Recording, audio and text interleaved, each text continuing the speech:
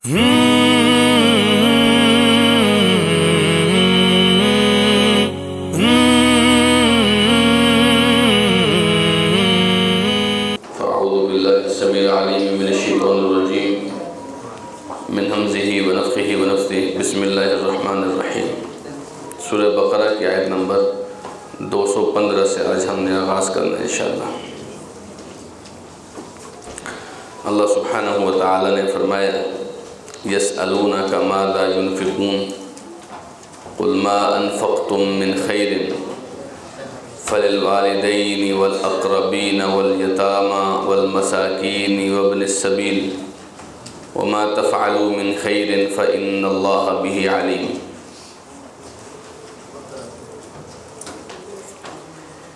ये लोग आपसे पूछते हैं कि क्या खर्च करें।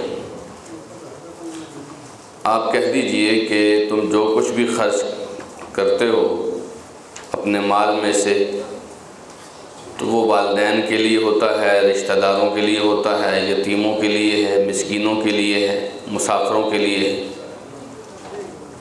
और तुम खैर का कोई भी काम करोगे तो अल्लाह ताला यकीनन उसे बखूबी जानने वाला है। सहाबा इकराम रज़ियल्लाहु ताला अन्हुम जहाँ बाकी बहुत सारी इबादत में बढ़ चढ़ कर हिस्सा लेते थे, वहाँ अल्लाह के रास्ते में ख़र्च करने में भी वो किसी से पीछे नहीं रहते थे।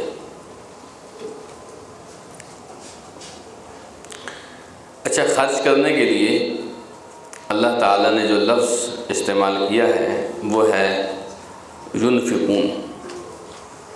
यह आपको सूरह बकरा में भी मिलेगा। यानी तकरीबन जब भी अल्लाह के रास्ते में ख़र्च करने की बात आती है तो युनफ़िक़ून का लफ्ज़ इस्तेमाल होता है।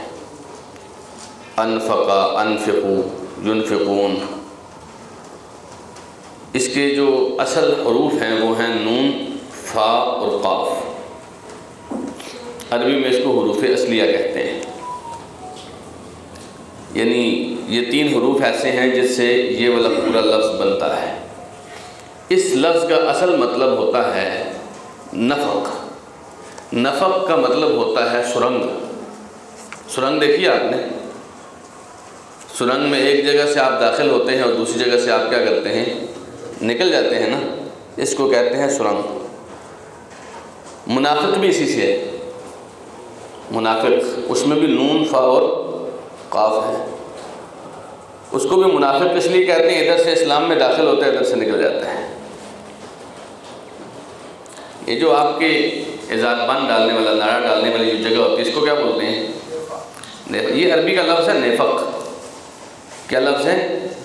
नेफ़क़। इसका मतलब है एक तरफ से आप डालते हैं, दूसरी तरफ से निकालते हैं। तो अनफ़क़ा भी इसी से है। अनफ़क़ा का मतलब होता है कि इधर से आपके पास पैसे आए, इधर से आपने लगा दिए। ये अंदाज़ होता है अनफ़क़ा का। इस्लाम के शुरू में मुसलमानों के माल की सूरत हाल यही थी कि मुसलमान जो कुछ कमाते थे या ख़ुद लगाते थे या उसको आगे तक़सीम करते थे, क्योंकि शुरू में मुसलमान बहुत कमज़ोर थे। अगर वहाँ दौलत बनाना शुरू कर देते तो मुआशरा नहीं बनता था। बात समझें आप।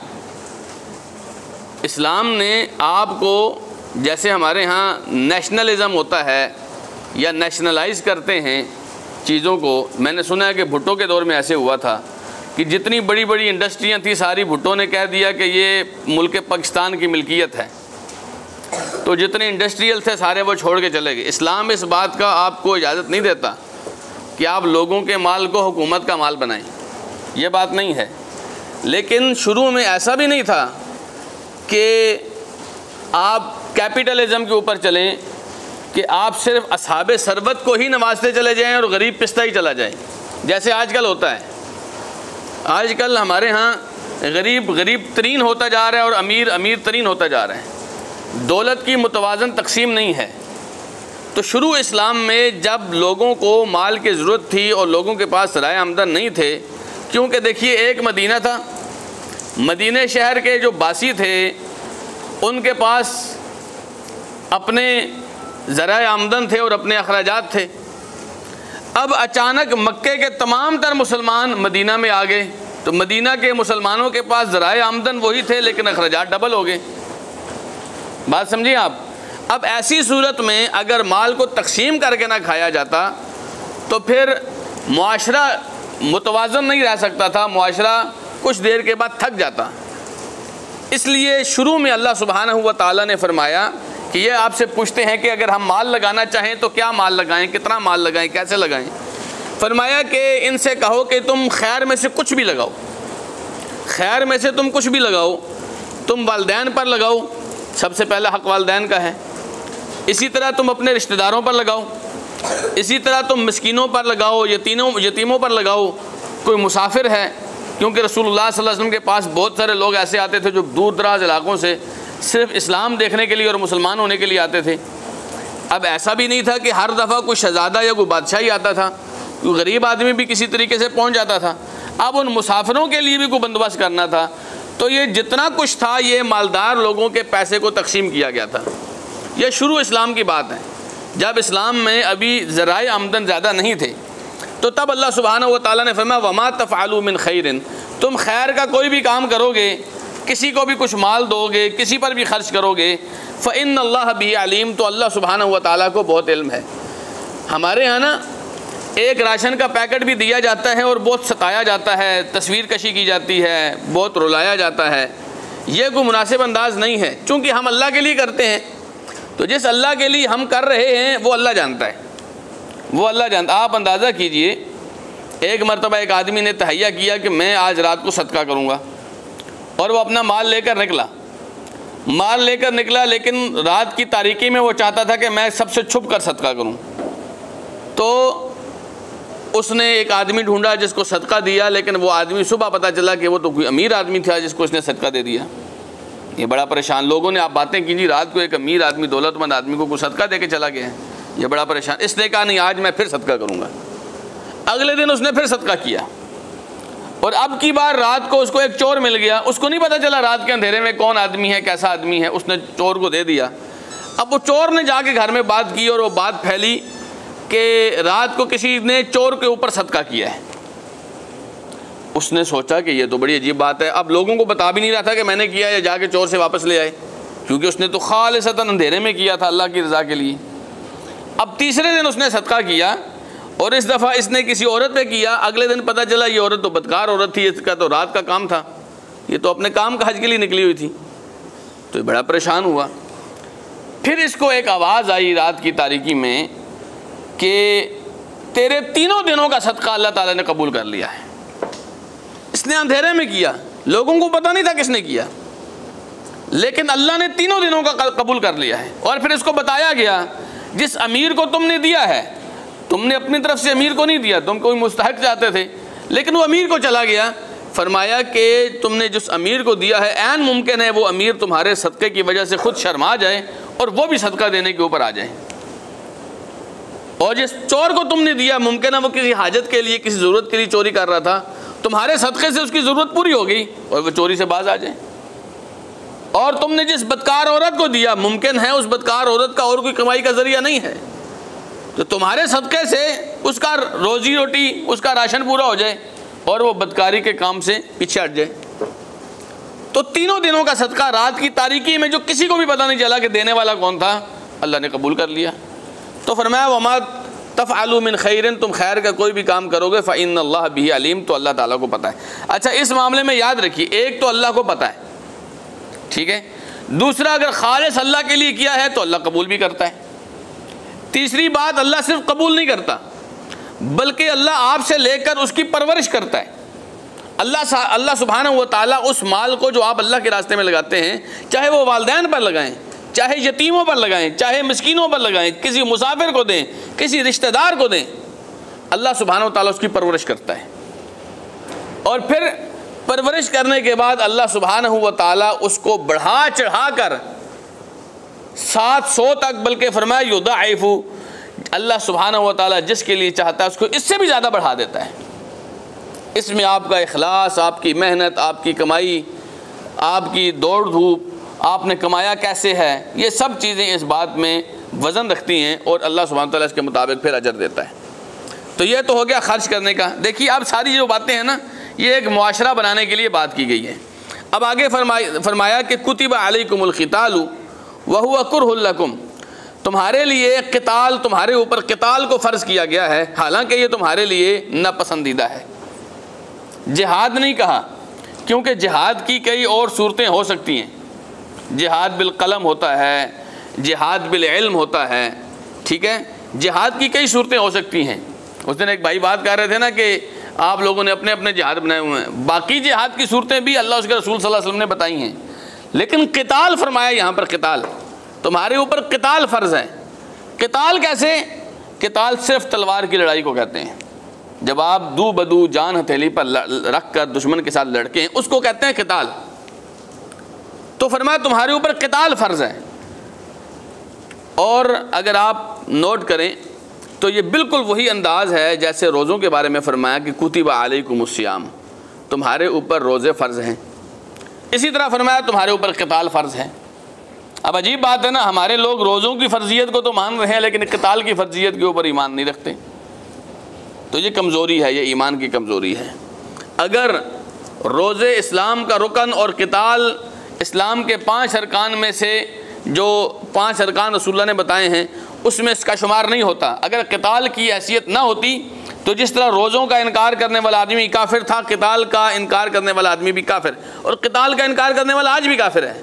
सिर्फ क़िताल से दूर रहने वाला आदमी जो है वो गुनहगार होगा, काफिर नहीं होगा। रोज़ों से दूर रहने वाला आदमी काफिर भी हो सकता है। तो फरमाया कुतिबा अलैकुमुल क़िताल, क़िताल तुम्हारे ऊपर फ़र्ज़ है, व हुवा कुरहुल लकुम, हालांकि ये तुम्हें नापसंद है। अल्लाह ताला हमारे दिलों की कैफियत जानता है ना, उसको पता है कि इनके दिल में क़िताल को उतना ज़्यादा पसंद नहीं किया जाएगा। और ये अल्लाह सुब्हानहू व तआला ने उन नए मुसलमान लोगों के बारे में फ़रमाया जो मुसलमान अभी अभी नए नए इस्लाम लाए थे, उन्हें लड़ाई से क़िताल से ज़्यादा वास्ता नहीं था, वगरना जो लोग इस्लाम में मजबूत हो चुके थे वो तो क़िताल के ज़रिए से शहादत को ढूंढते होते थे, उनको तो पसंद था क़िताल।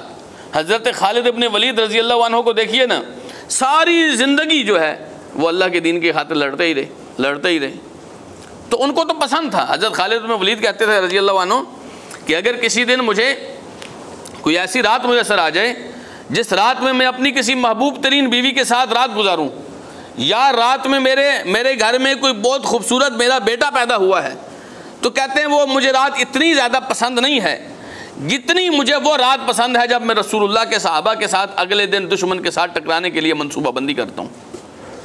जब जंग होती है ना, पिछली पूरी रात मनसूबाबंदी में गुजरती है ना, तो कहते हैं वो रात मुझे बहुत पसंद है। तो अपनी अपनी पसंद की बात है। फरमाया हालांकि तुम्हें क़िताल नापसंद है, वह आसान तकरहू शैअन व हुवा खैरुल लकुम, और ऐन मुमकिन है एक चीज़ तुम्हें पसंद ना हो, तुम्हारे दिल को भाती ना हो, लेकिन हो तुम्हारे लिए बेहतर। वह आसान तुहिब्बू शैअन व हुवा शर्रुल लकुम, और ऐसा भी मुमकिन है कि तुम एक चीज़ को पसंद करते हो लेकिन वह तुम्हारे लिए बेहतर ना हो।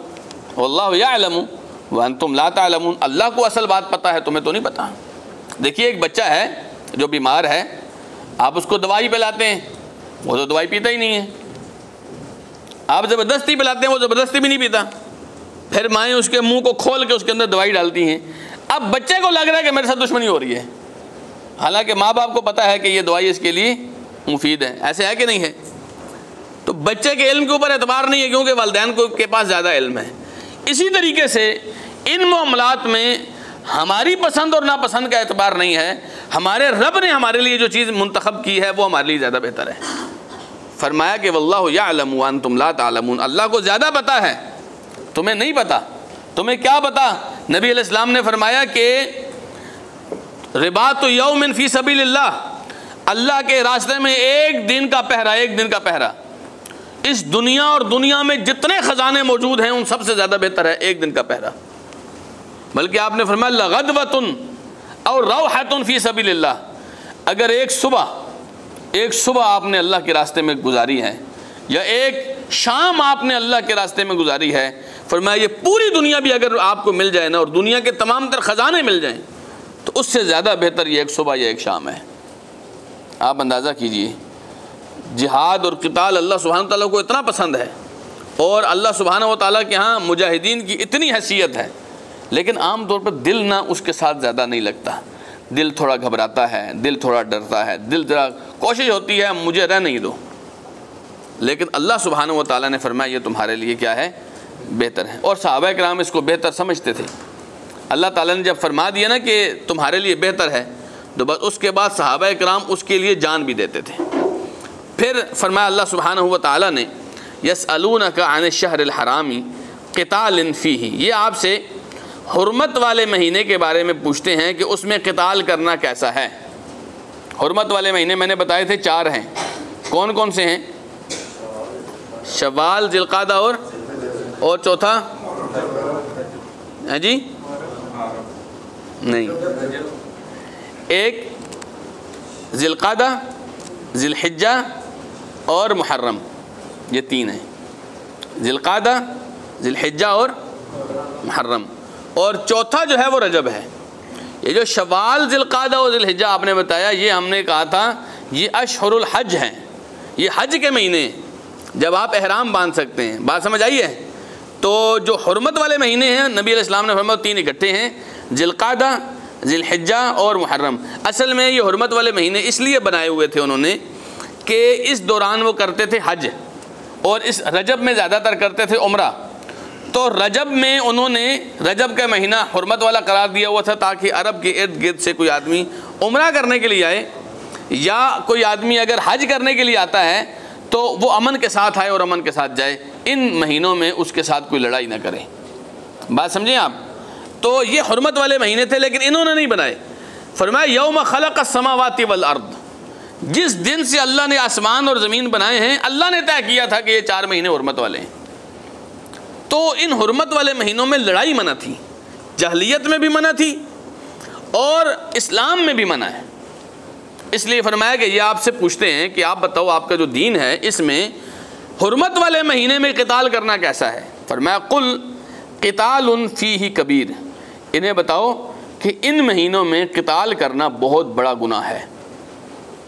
इन महीनों में क़िताल करना बहुत बड़ा गुनाह है, लेकिन वसद्दुन अन सबीलिल्लाह, अल्लाह के रास्ते से रोकना, व कुफ्रुम बिही, अल्लाह का कुफ्र करना, बल मस्जिदिल हराम, मस्जिद हराम से रोकना, व इखराजु अहलिही मिन्हु, और मस्जिद हराम के रहने वालों को मस्जिद हराम से निकालना, अकबरु इंदल्लाह, ये उससे भी ज़्यादा बड़ा है अल्लाह के यहाँ। बात समझे आप? कबीर का मतलब है बहुत बड़ा। कबीर का मतलब क्या है? बहुत बड़ा। अकबर का मतलब है सबसे बड़ा। तो ये पूछते हैं आपसे कि हुर्मत वाले महीने में क़िताल करना कैसे। असल में ऐसा हुआ था, नबी अलैहिस्सलाम ने एक लश्कर भेजा था जो अब्दुल्लाह इब्न जहश रज़ियल्लाहु ताला अन्हु की क़यादत में था, और उन्होंने एक कबीले पर हमला करना था। ये जो लश्कर था ये जुमादा अस्सानिया के बिल्कुल आखिरी दिनों में गया था, और रात ऐसी थी कि जुमादा अस्सानिया ख़त्म हो गया था और रजब शुरू हो गया था।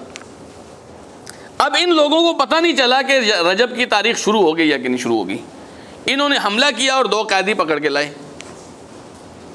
और उनका माले गनीमत भी उठा के लाए, सारा कुछ किया, लेकिन इनको पता नहीं चला। अब जब ये वापस आए तो वहाँ से जो बचे खचे कबीले के लोग थे उन्होंने बाकी अरब काफिरों को बताया कि इस तरह मुसलमानों ने हमला किया और रजब की पहली तारीख थी। अब वो कहते हैं कि देखो मुसलमान तो हुर्मत वाले महीने का भी ख्याल नहीं करते। उन्हें इस्लाम के ख़िलाफ़ प्रोपेगेंडा करने का मौका मिल गया। अब उन्होंने प्रोपेगेंडा शुरू कर दिया कि देखो मुसलमान जो है हुर्मत वाले महीनों का भी ख्याल नहीं करते।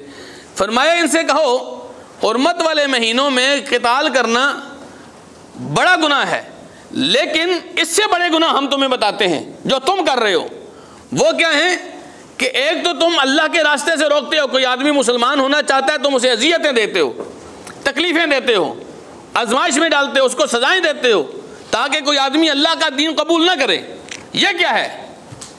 तुम लोगों को अल्लाह का के इनकार पर लगाते हो, अल्लाह पर ईमान नहीं लाने देते हो, कुफ्र करते हो तुम। यह क्या है? तुम लोगों को मस्जिद हराम से रोकते हो। मस्जिद हराम कोई तुम्हारी आमाजगाह है, तुम्हारा कोई अपना मलकियत है तुम्हारी? तुम मस्जिद हराम में इबादत करने नहीं देते हो इन मुसलमानों को। ये क्या है? तुमने मस्जिद हराम के करीब रहने वाले लोगों को भी, और मस्जिद हराम में सबसे ज़्यादा खिदमत गुजार बनु हाशिम थे, और इन्होंने बनु हाशिम को मक्के से अजियतें और तकलीफ़ें दे दे के निकाला। फरमाया ये क्या है? अकबरु इंदल्लाह, अल्लाह के यहाँ जानो ना तो ये ज़्यादा बड़ा गुनाह है, सबसे बड़ा गुनाह है। तो बाज़ लोग पता क्या होते हैं, बाज़ लोग अपने बड़े बड़े गुनाहों को छुपाने के लिए दूसरों की छोटी छोटी गलतियां भी जाहिर करते हैं, ताकि इसके बड़े बड़े गुनाहों के ऊपर कोई बात ना कर सके। अल्लाह सुब्हानहू व तआला ने फरमाया, ठीक है, माना इन लोगों ने नहीं करना चाहिए था, किया, पता नहीं चला ना, लेकिन जो तुम करते हो उसके बारे में बताओ। वल फितनतु अकबरु मिनल कत्ल, फरमाया कत्ल तो इतनी बड़ी बात नहीं है, लेकिन तुम जो फितना बर्पा करते हो, तुम जो अल्लाह के दीन में खलल पैदा करते हो, अल्लाह के रास्ते से लोगों को रोकते हो, ईमान वालों को अजियतें देते हो, काफिरों का साथ देते हो, फरमाया ये वो फितना है, ये वो शिरक है जो अल्लाह के यहाँ कत्ल से भी ज़्यादा बड़ी चीज़ है। वला युज़ालून युक़ातिलूनकुम, फरमाया ये तुमसे लड़ते रहेंगे। तुम्हारे क़िताल के ऊपर बात कर रहे हैं ना कि इन्होंने हुर्मत वाले महीने में क़िताल किया, ये तुमसे लड़ते रहेंगे हमेशा। हत्ता यरुद्दूकुम अन दीनिकुम इन इस्तताऊ, तुमसे इतनी देर तक लड़ते रहेंगे, ये कभी चुप नहीं बैठेंगे। ये तुम्हारे खैरखा नहीं है जिन्होंने आज प्रोपेगेंडा किया और तुम्हारे दिलों को भी नरम कर लिया है। फिर कई मुसलमानों के दिलों में भी आया ना कि ऐसा करना तो नहीं चाहिए था रसूलुल्लाह के लश्कर को, हैं जी। कई लोगों के दिलों में आता है ना, जैसे हमने कल बात की कि ये गुफ्तगू ऐसी बना संवार के करते हैं कि बंदा कहता है कि बात तो ठीक कर रहा है। अब अल्लाह सुब्हानहू व तआला ने फरमाया कि ये तुम्हारे साथ लड़ते रहेंगे, इन्हें तो इस दफ़ा पड़ गई ना मार, तो इसलिए ये तो आप बोल रहे हैं कि इन्होंने हुर्मत वाले महीने में ऐसे किया। जब इनके पास क़ुव्वत आएगी ये तुमसे लड़ेंगे, और इतना लड़ेंगे कि तुम्हें अपने दीन से मुतनफ़र कर देंगे, तुम्हें अपने दीन से मुंह फेरने पर मजबूर कर देंगे। इनकी अगर इस्तिताअत हो ना तो तुम्हें किसी तरह इस्लाम से निकलवा दें। फरमाया वमन यर्तदिद मिनकुम अन दीनिही, तुम में से जो कोई अपने दीन से फिर गया, फयमुत, और इस फिरे हुए ज़माने में उसको मौत आ गई, वह हुआ काफिर, इस हालत में कि वो काफिर था, फ़उलाइका हबितत अअमालुहुम फिद दुनिया वल आखिरा, ये वो लोग होंगे जिनकी दुनिया में और आखिरत में सारे अमाल गारत हो जाएंगे। आप एक ज़िंदगी गुजारते हैं इस्लाम की हालत में, फिर काफिरों का कोई प्रोपेगेंडा आपको अपनी लपेट में ले लेता है। ये देखिए आजकल माशी हालात कितने तंग हैं, हर कोई परेशान है ना, और हर किसी की ख्वाहिश है किसी तरह पाकिस्तान से निकले, ऐसे है कि नहीं है। अब यहाँ पर कितने लुटेरे आपका ईमान लूटने के लिए खड़े हुए हैं, डाकू आपके ईमान पर डाका डालने के लिए खड़े हुए हैं, आपसे एग्रीमेंट कराते हैं, तुम अपना दीन छोड़ दो, तुम दाढ़ी कटवा लो, तुम नमाजें छोड़ दो, तुम कादियानी हो जाओ, तुम्हें हम जर्मनी की नेशनैलिटी देंगे, तुम्हें हम वहाँ लेके जाएंगे, तुम्हारे रिश्ते कराएंगे, तुम्हें ये देंगे, तुम्हें वो देंगे। और यहाँ गुर्बत का मारा हुआ मुसलमान वो चल पड़ता है। याद रखिए ये वो सौदा है जिसमें सिर्फ घाटा इख्तियार होता है, जिसमें सिर्फ घाटा ही घाटा है। उलाइकल्लज़ीना इश्तरवुद दलालता बिल हुदा, इन लोगों ने हिदायत बेच दी और गुमराही खरीद ली। फमा रबिहत तिजारतुहुम, इनकी तिजारत को कभी इनको फ़ायदा नहीं देगी। तो ऐसे डाकू हमेशा आपको रास्ते से उचकने के लिए खड़े होते हैं, किसी तरीके से आपको दीन से हटा दें। फरमाया अगर आप हट गए ना दीन से और इसी इर्तिदाद की हालत में, मुर्तद हालत में मौत आ गई, तो फरमाया कि इन लोगों के अमाल, अगर आपने ज़िंदगी भर भी नेकियां की हैं और गुर्बत से तंग आकर किसी वजह से आपने कुफ्र किया है, फरमाया सब कुछ गारत हो जाएगा, और दुनिया भी जाएगी आपके हाथ से और आखिरत भी जाएगी आपके हाथ से। व उलाइका अस्हाबुन नार, ये लोग जहन्नम वाले होंगे, हम फीहा खालिदून, और हमेशा वहाँ रहेंगे, हमेशा वहाँ रहेंगे। इसलिए कभी भी किसी भी सूरत में नोटों डॉलरों को देखकर अपने दीन का सौदा मत करें। ये लोग, इनको अल्लाह ने दुनिया दी हुई है, ये दुनिया आपके सामने रख सकते हैं, लेकिन आपको अल्लाह ने सिर्फ दुनिया नहीं दी है, अल्लाह ताला ने आपको आखिरत भी दी है। आपसे वादा किया है वलदारुल आखिरतु खैरुल लिल्लज़ीना आमनू व कानू यत्तकून, कि आखिरत को जो घर है आप सोचिए सारी दुनिया की कीमतों से एक मोती के घर के बराबर हो सकती है। रसूलुल्लाह सल्लल्लाहु अलैहि वसल्लम ने फरमाया कि एक नहर के किनारे एक बड़ा सारा मोती होगा, जिसको तराश के एक मुसलमान के लिए अल्लाह ने घर बनाया होगा, और उस मोती के अंदर से आप देखेंगे तो बाहर की दुनिया नज़र आएगी, बाहर से देखेंगे तो अंदर का मोती नज़र आएगा। लेकिन जब आप अंदर जाएंगे तो बाहर वाले गैर को आपका अंदर वाला घर नज़र नहीं आएगा। अल्लाह ताला ने ऐसा बनाया है। लहुम गुरुफातुन, इनके लिए फरमाया महल्लात हैं। अब कहाँ वो घर और कहाँ ये 2 टके का यूरोप का कोई झोंपड़ा। हम लानत भेजते हैं ऐसे मालो दौलत के ऊपर जो हमें आखिरत का सौदा करने पर मजबूर करें। फरमाया अल्लाह सुब्हानहू व तआला ने इन्नल्लज़ीना आमनू वल्लज़ीना हाजरू वजाहदू फ़ी सबीलिल्लाह, वो लोग जो ईमान लाए, वो लोग जिन्होंने हिजरत की, वो लोग जिन्होंने अल्लाह के रास्ते में जिहाद किया, उलाइका यरजून रहमतल्लाह, ये वो लोग हैं जो अल्लाह की रहमत की उम्मीद रखते हैं। वल्लाहु गफूरुर रहीम, और अल्लाह ताला बख्शने वाला और रहम करने वाला है। आपके करने का काम मालो दौलत के पीछे भागना नहीं है। मालो दौलत को लगाएं आग, मालो दौलत के ऊपर फेंके लानत। आप अल्लाह पर ईमान लाए हैं, उस पर इस्तिकामत इख्तियार करें। अल्लाह के दीन की खातिर अगर आपको दुनिया का सबसे बेहतरीन शहर मक्का भी छोड़ना पड़े तो छोड़ दें। रसूल अकरम सल्लल्लाहु अलैहि वसल्लम की मक्के से मोहब्बत कौन नहीं जानता। आप सल्लल्लाहु अलैहि वसल्लम जब हिजरत करके जा रहे थे, आपने फरमाया ऐ मक्का, तू जानता है मुझे तुझसे कितनी मोहब्बत है। अगर तेरे रहने वालों ने मुझे यहाँ से ना निकाला होता, मैं कभी तुझे छोड़ कर ना जाता। लेकिन खालिस अल्लाह के दीन की खातिर रसूल अकरम सल्लल्लाहु अलैहि वसल्लम ने उस मक्के को छोड़ा। फरमाया कि वल्लज़ीना वजाहदू फ़ी सबीलिल्लाह, सिर्फ ये नहीं कि यहाँ से निकले, फिर अल्लाह के रास्ते में जिहाद भी करना पड़ा। और इन लोगों का जिहाद किसके साथ था? हम तो अमेरिका और इस्राइल के साथ लड़ने की बात करते हैं, इन लोगों का जिहाद था मुड़ के अपना ही सामने चचा खड़ा हुआ था, अपना ही मामा खड़ा हुआ था, अपना ही चचा ज़ात था, अपना ही खाला ज़ात था, अपना ही मामू ज़ात था। दोनों मुकाबले में हैं। हादानी खस्मान इख्तसमू फ़ी रब्बिहिम, दोनों की लड़ाई आपस में रब के बारे में है। एक कहता है मेरा रब अकेला है, उसका कोई शरीक नहीं। इसी का चाचा कहता है नहीं, अल्लाह के शरीक तो हमने बैतुल्लाह में इतने सजाए हुए हैं। दोनों की लड़ाई आपस में इस वजह से थी, अपने रिश्तेदारों के साथ लड़ाई थी। लेकिन फरमाया ईमान वाले जो हैं, अब चूंकि इनका ताल्लुक़ अल्लाह के साथ ज़्यादा है, अल्लाह की खातिर इन्होंने ये घर बस्तियाँ भी छोड़ी और रिश्ते भी छोड़े। आज अगर अल्लाह की खातिर इनको लड़ना पड़ा अपने ही लोगों के साथ, ये लड़ेंगे। फरमाया लेकिन ये ऐसे नहीं लड़ेंगे, ये जब लड़ेंगे तो अल्लाह की रहमतें इनके ऊपर नछावर होंगी। और आप देखें कि इनके बिलमुकाबिल जितने भी इनके रिश्तेदार थे, उनका नाम भी तारीख़ में नहीं मिलता। लेकिन ये दरवेश ऐसे थे कि जब भी इनका नाम पुकारा जाएगा, हम अपने अल्लाह से दुआ करते हैं रज़ी अल्लाह ताला अन्हुम, अल्लाह इनसे राज़ी हो। ये बहुत खैर और बरकत का बायस है जब आप अल्लाह के लिए निकल। आप जानते हैं कई ऐसे लोग हैं, कई ऐसे लोग हैं कि हमारे आम लोग उनसे वाकिफ़ भी नहीं हैं, लेकिन अल्लाह ताला के रजिस्टर में वो रज़ी अल्लाह अन्हुम है। तो ये कभी भी मत सोचिए कि आप अगर अल्लाह के दीन की खातिर लड़ रहे हैं, आपने बस सफ़ मुतय्यन करनी है। सफ़ मेरी सफ़ कौन सी है, मैं किस तरफ से लड़ रहा हूँ, बस आपने ये नोट करना है।